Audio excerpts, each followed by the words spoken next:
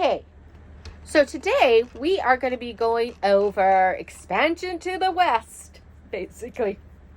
Nation on the move. So the first question, who are the impresarios and why did Spain want to recruit them? Now, an impresario was somebody who was brought into that region, and in order to exchange, if they come to that region, they would occupy the land. Now, what the problem was, the Spain wanted to have more Anglos or European descent to come over to that region because they had between the Native Americans, they had a hard time making headway.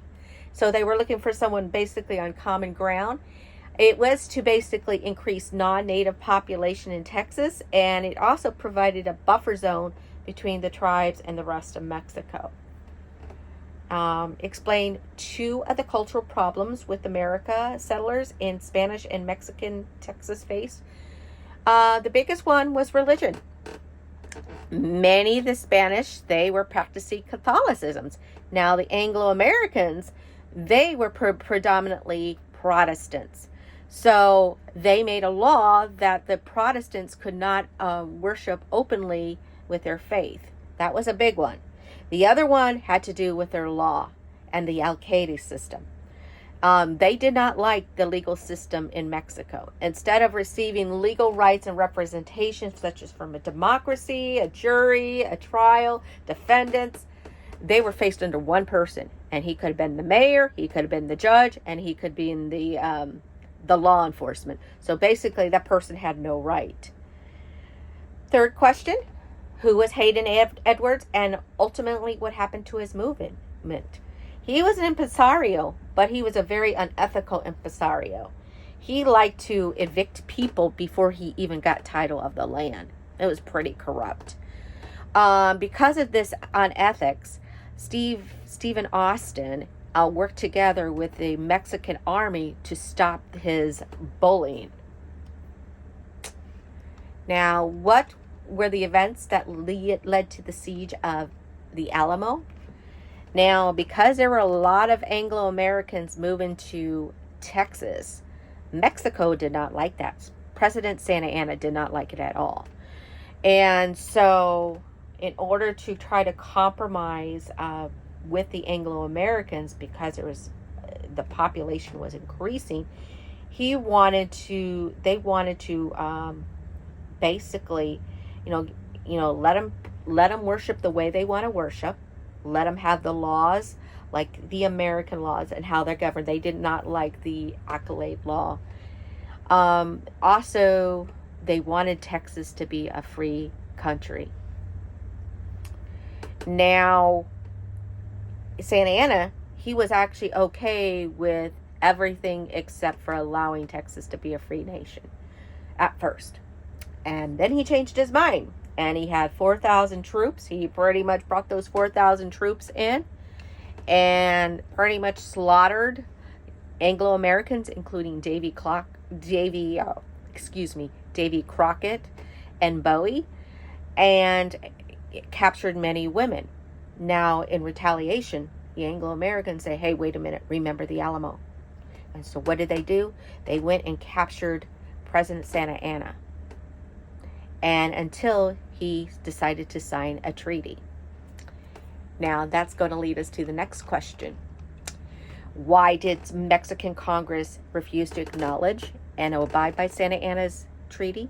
Well, first of all, when the treaty was signed by Andrew Jackson, Santa Anna was no longer president of Mexico.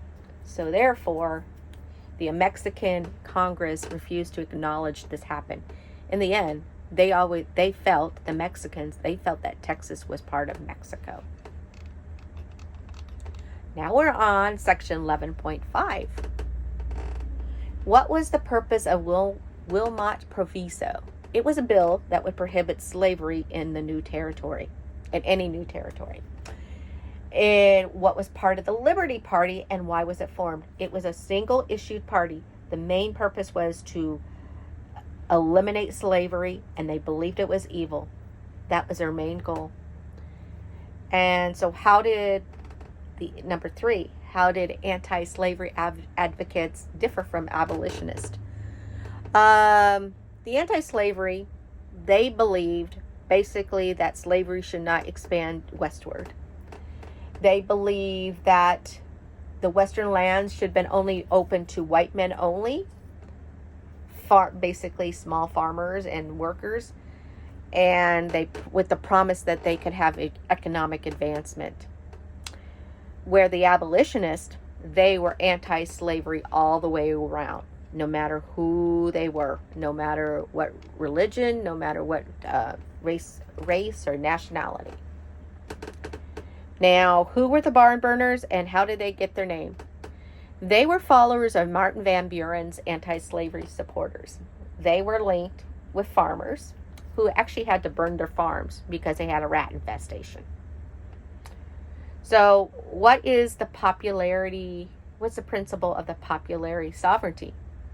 It was a belief that citizens should be able to decide issues based on majority rule, actual number count. What were the ideologies of the Free Soil Party? They opposed slavery into the new colonies. In fact, their motto was free soil, free speech, free labor, and free men. And finally, 8. Summarize the Compromise of 1850. Number 1, California needed to be a free state, even if it passed above the latitude line.